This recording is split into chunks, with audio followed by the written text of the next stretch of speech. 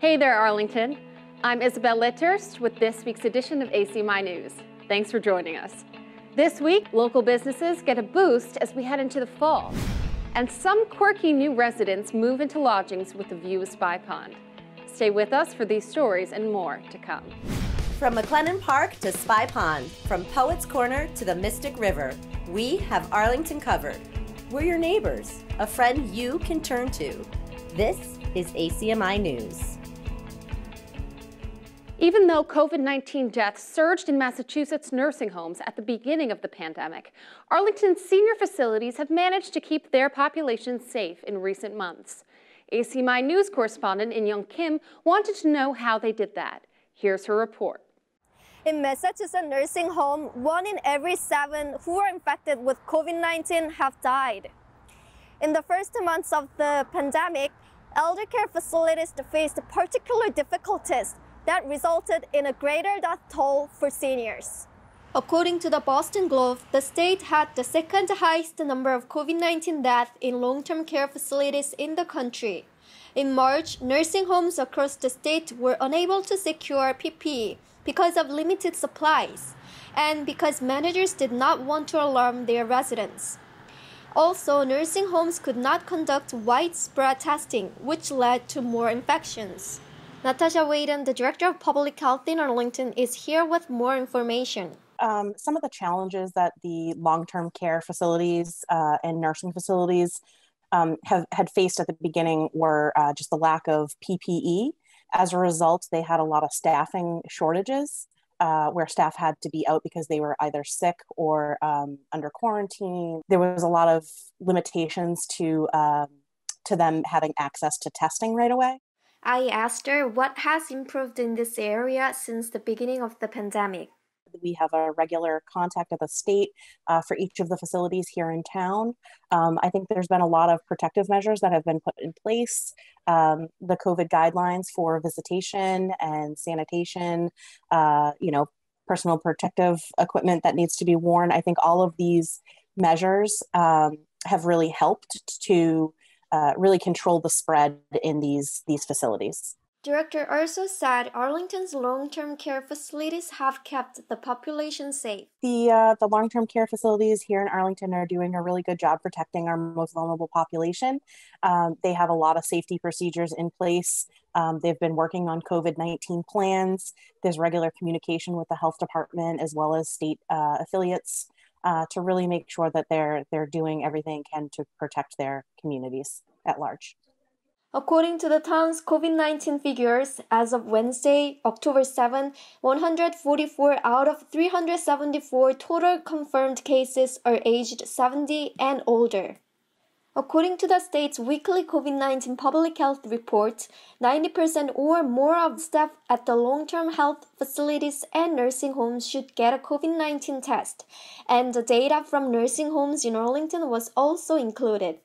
One bright note comes from the communication director at the Park Avenue Health Center.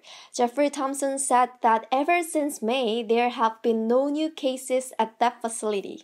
Bridget Lynch, director of nursing at Park Avenue Health Center, told us how the facility kept the population safe recently. Mass Department of Public Health has done a great job leading us with guidance that comes up regularly every Wednesday and every week to give us the best guidance in how to take care of these residents and keep us all safe.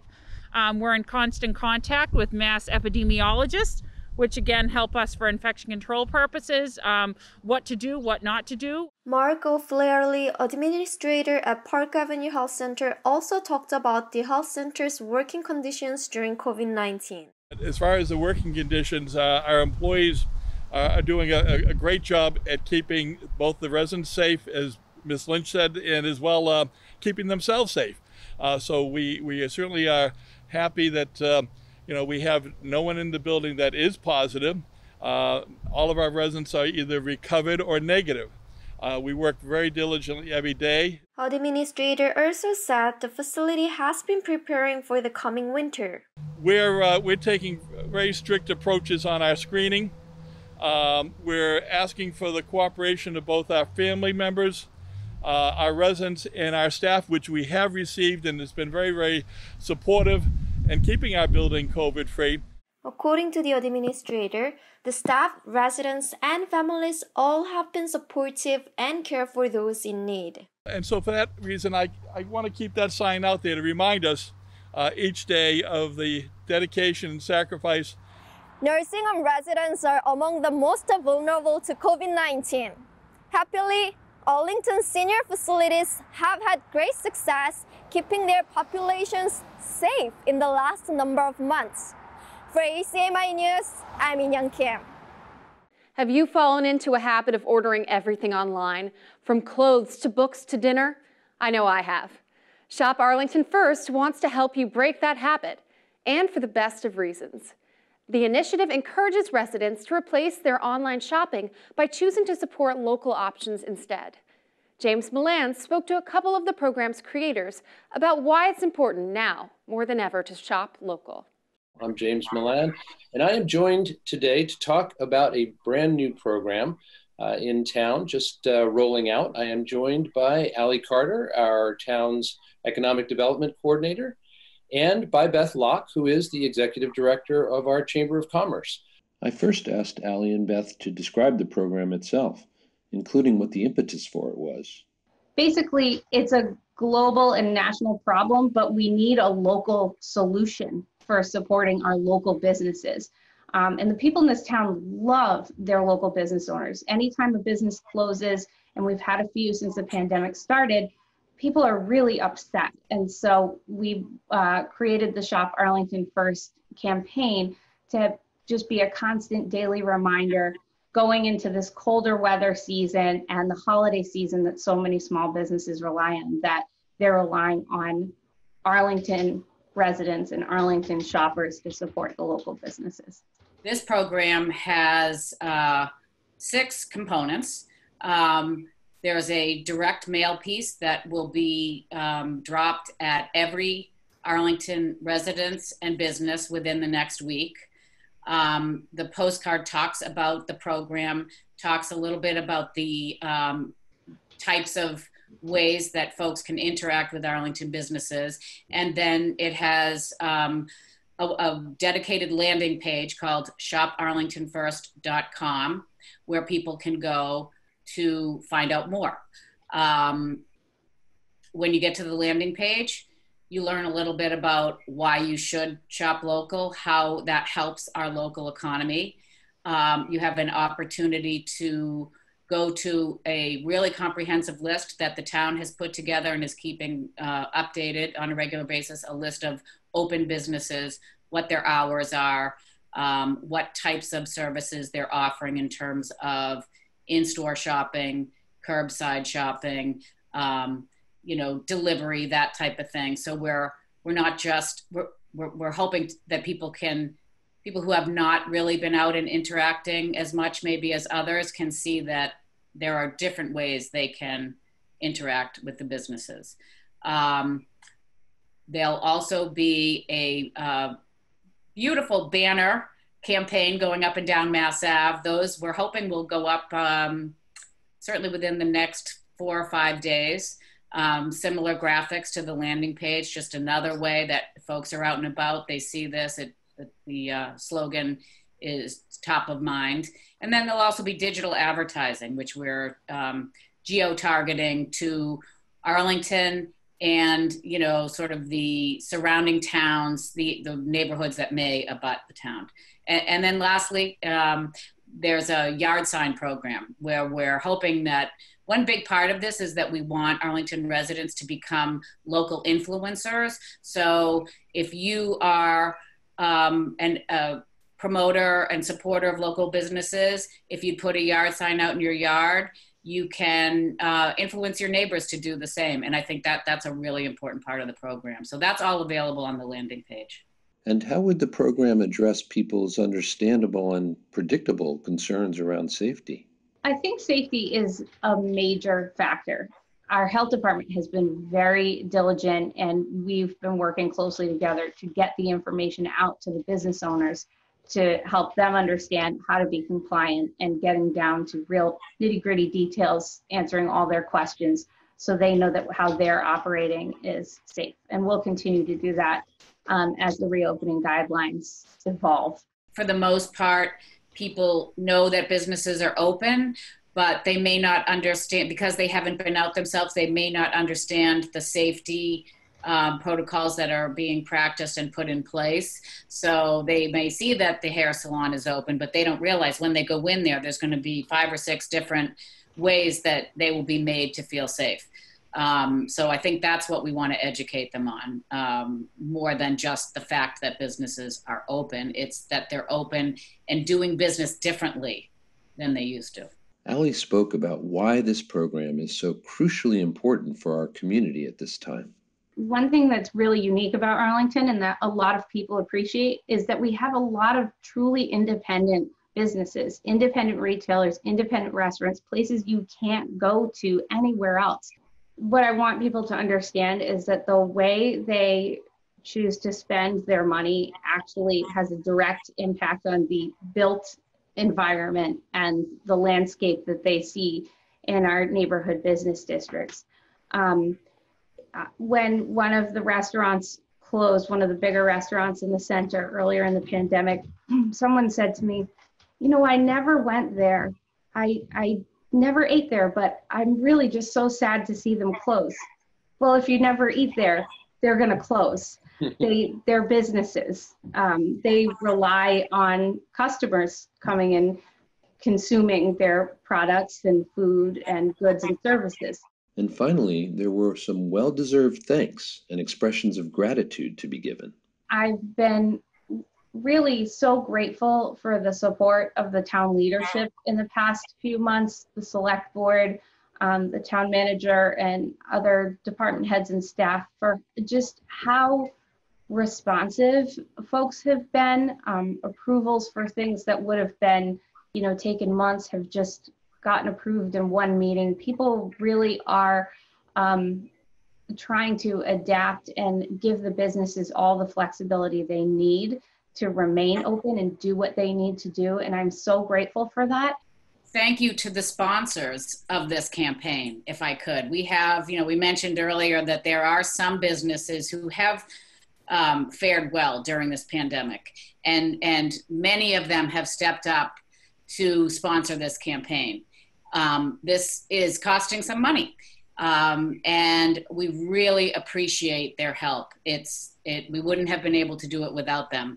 They're all listed on the landing page. Too many for me to list right now, but I hope that folks who visit the landing page, shoparlingtonfirst.com, will note the sponsors and will patronize those businesses and acknowledge the fact that they have stepped up to help their fellow business owners.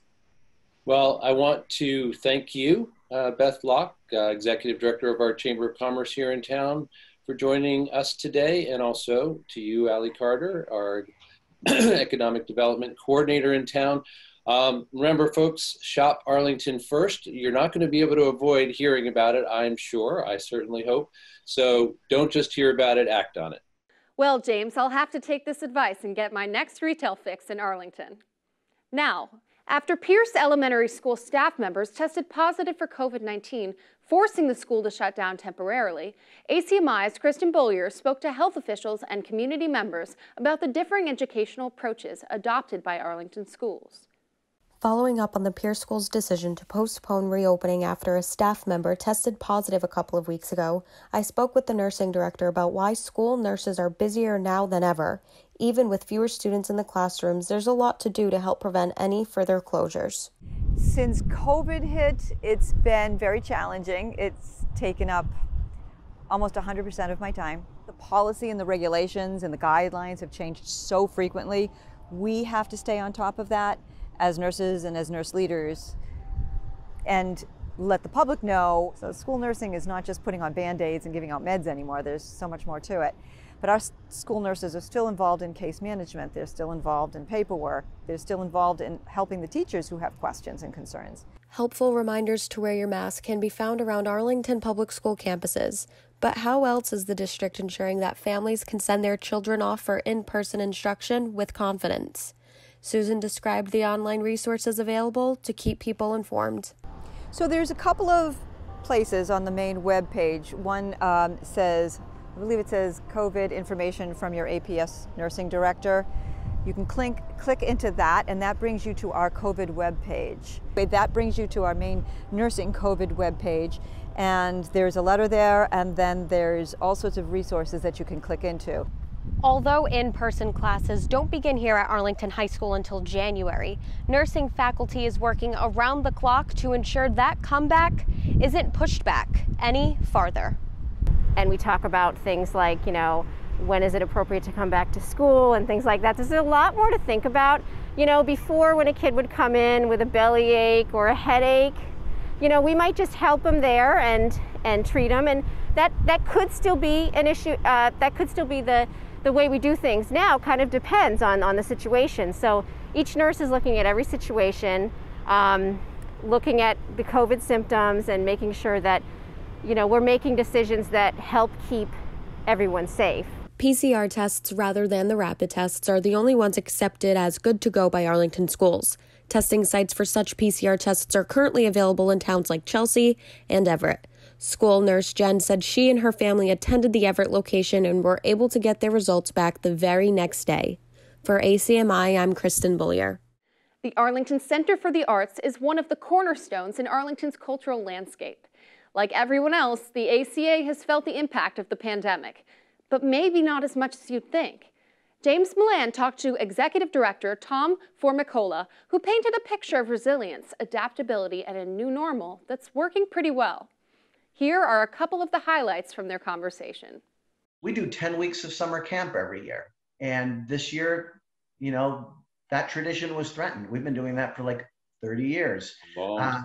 We did 5 weeks of virtual camp, and we actually did 5 weeks of an in-person camp as well this summer, both here at the Arlington Center for the Arts in our facility and also at St. Paul's Church. It was exhausting and gratifying simultaneously. Right. I noticed exhausting came first, but I don't blame you for that. How many, these have traditionally been for kids, right? And how many students were you able to accommodate? So we served, I'm really proud of this, we served about 250 kids over the course of about 5 weeks. So we were able to do, even we were impressed. I mean, as we stood back from it, I will say that the local Department of Public Health was amazing. They were, essentially a partner in helping us to make this happen. And I believe that like any of the staff here could go to work for the CDC now, because like we studied for this like we were going to take a medical exam. But we had all of our ducks in a row. We really focused on communicating with our camp families so they knew what to expect, and they knew what we expected from them as well. And the parents seemed thrilled to drop off their kids every day. Right. And the kids seemed equally thrilled to be dropped off. Our instructors jumped through every hoop. They were amazing.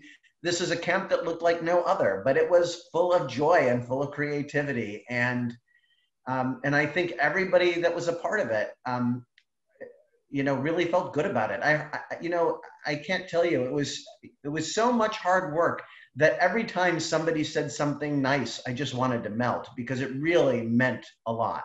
We open a great new exhibit this Thursday, October 8th. It's called Created Equal. It's presented with the League of Women Voters, and it celebrates the 100th anniversary of the 19th Amendment. Mm-hmm. You want to refresh our, anybody's memory or knowledge about what the significance of that amendment is? The women's right to vote. Right. And we used this as an opportunity not only to explore women's rights, but to encourage our artists to explore fundamental rights and liberties in general. And that just resonates right now with all the struggles facing us in our community, our state, our nation, and our world. So it's timely, it feels important. There's 21 participating artists. And they've put wonderful work on our walls that really is thought-provoking. The exhibit has been installed live in our gallery. These are strange times, and so we are offering folks opportunities to come into the gallery and see that work.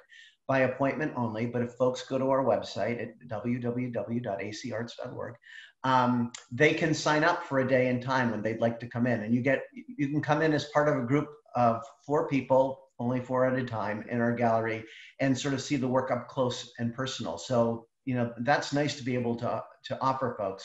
The opening, I should mention, on Thursday is actually a virtual event. And folks will have an opportunity to hear from the jurors that selected the work that's being exhibited, and from some of the artists, as well as from the League of Women Voters, our co-presenter, and to see some of the art in the exhibit. And if they go online, because they can't make it on Thursday, or because they can make it on Thursday and they want to do this anyway, they can see a virtual exhibit that our communications director, Annalise Ruggles, did, and that's amazing. And with cameras from ACMi, by the way. And there's also an opportunity to purchase art. All of the work that's in the exhibit is for sale, and you can click on a piece in particular and get a little sense of the artist and the work itself and the cost.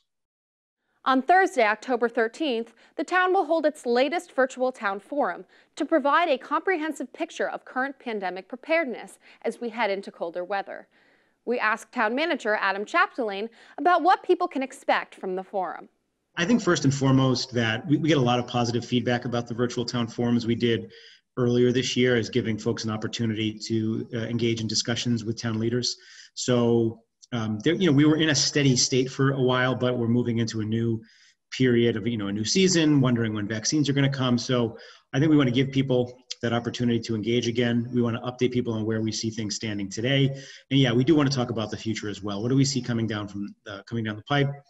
What's the Board of Health and staff doing to prepare itself for the eventual administration of vaccines when they become available? And we're going to actually broaden the table for this. We're going to have Director of Health and Human Services, Fire Chief, Police Chief, Director of Public Works, Recreation Director, Planning and Community Development Director. We want to make sure we're providing, again, a sort of a wide breadth of information to what's happening in town as we enter the winter. Yeah, and all that, is there a time duration set for this forum? Because it sounds like an awful lot of people are going to be involved here. We're gonna go for 90 minutes. We'll do an hour and a half. We're gonna try to keep the speaking portion of the program to about 45 minutes, maybe a little bit longer, and then take questions for the balance. We're trying to run a tight ship with how long everybody has to speak. Some of the departments I mentioned will only take 5 minutes or less to provide an update, but then be there to answer questions that folks attending might have. Up next, Anim Osmani tells us about the first public appearance of a number of colorful figures that many in the community have been waiting to see. What you see behind me aren't real sea creatures. It is plarn, which is not a real word, but it is now locally recognized as a noun in which yarn is made out of recycled plastic bags. And you'll see plenty of more sculptures like the one behind me on the Minuteman bike path as part of the ACAC's most recent public art project. Plarn Art to Save the Planet is what this exhibition is titled, as it aims to draw public attention to plastic pollution in our oceans. Artist-in-residence and creative force behind the project, Michelle Luigi, explains. I started working with plastic debris about 10 years ago when I learned about the plastic waste in the oceans and how it was affecting the animal life in the oceans, and then therefore the fish eat that plastic, and then we then eat the fish, and so it is a bad cycle. Yeah, so at that time I started to make recognizable ocean creatures like jellyfish and octopus. And then I started to, because the plastic breaks down into smaller and smaller pieces, I began to make pieces that were microscopic, based on microscopic ocean creatures. And those creatures, some of that microorganisms are also in the freshwater at Spry Pond. Plarn Art is the first artist-in-residence project for the ACAC. The project was funded by the Massachusetts Cultural Council and the Arlington Cultural Council. Michelle Luigi worked with local community members to contribute to the project by providing plarning workshops that were supported by the Friends of the Fox Library, lessons, and other opportunities for residents to get involved. So we started by teaching workshops where we taught people, we had people donate their plastic bags, and then we collected the bags and process them into plastic yarn, and then the yarn was sent away with people to create these components, and then the components were delivered back to me, and I started to put them together to make the sculptures. I flattened the bags out, and then I cut it into sections, which are loops, because the bag, I would cut off the handles and the seam, and then I cut it so there are loops, and then I loop those loops together, and once you have that loop together, you can crochet with that plastic yarn. Michelle Luigi is a fiber artist, sculptor, and ceramist. Her works of art often convey the message of how consumerism impacts the natural environment. I just would like people to recognize that and kind of be more intentional about what they purchase. And I understand the difficulty, but I think that we have to kind of work from our end up to say, this is not acceptable. Michelle Luigi's floor art can be seen in 3 areas near Spy Pond between Linwood Street and Swan Place, and is expected to be up for about a year. For ACMi News, I'm Anil Mosmani. A local 5th grader, Sabina Von Gohler, raised over $1,300 for an animal shelter in Groveland through her online community project, Fundraising for Paws. I met with Sabina and her dog Fonzie to get the scoop on her efforts to help homeless animals. Well, the name of my project is Fundraising for Paws, and I'm helping Sweet Paws Rescue in Groveland, Massachusetts. There are a variety of ways that people can support the animals at Sweet Paws Rescue through Sabina's site.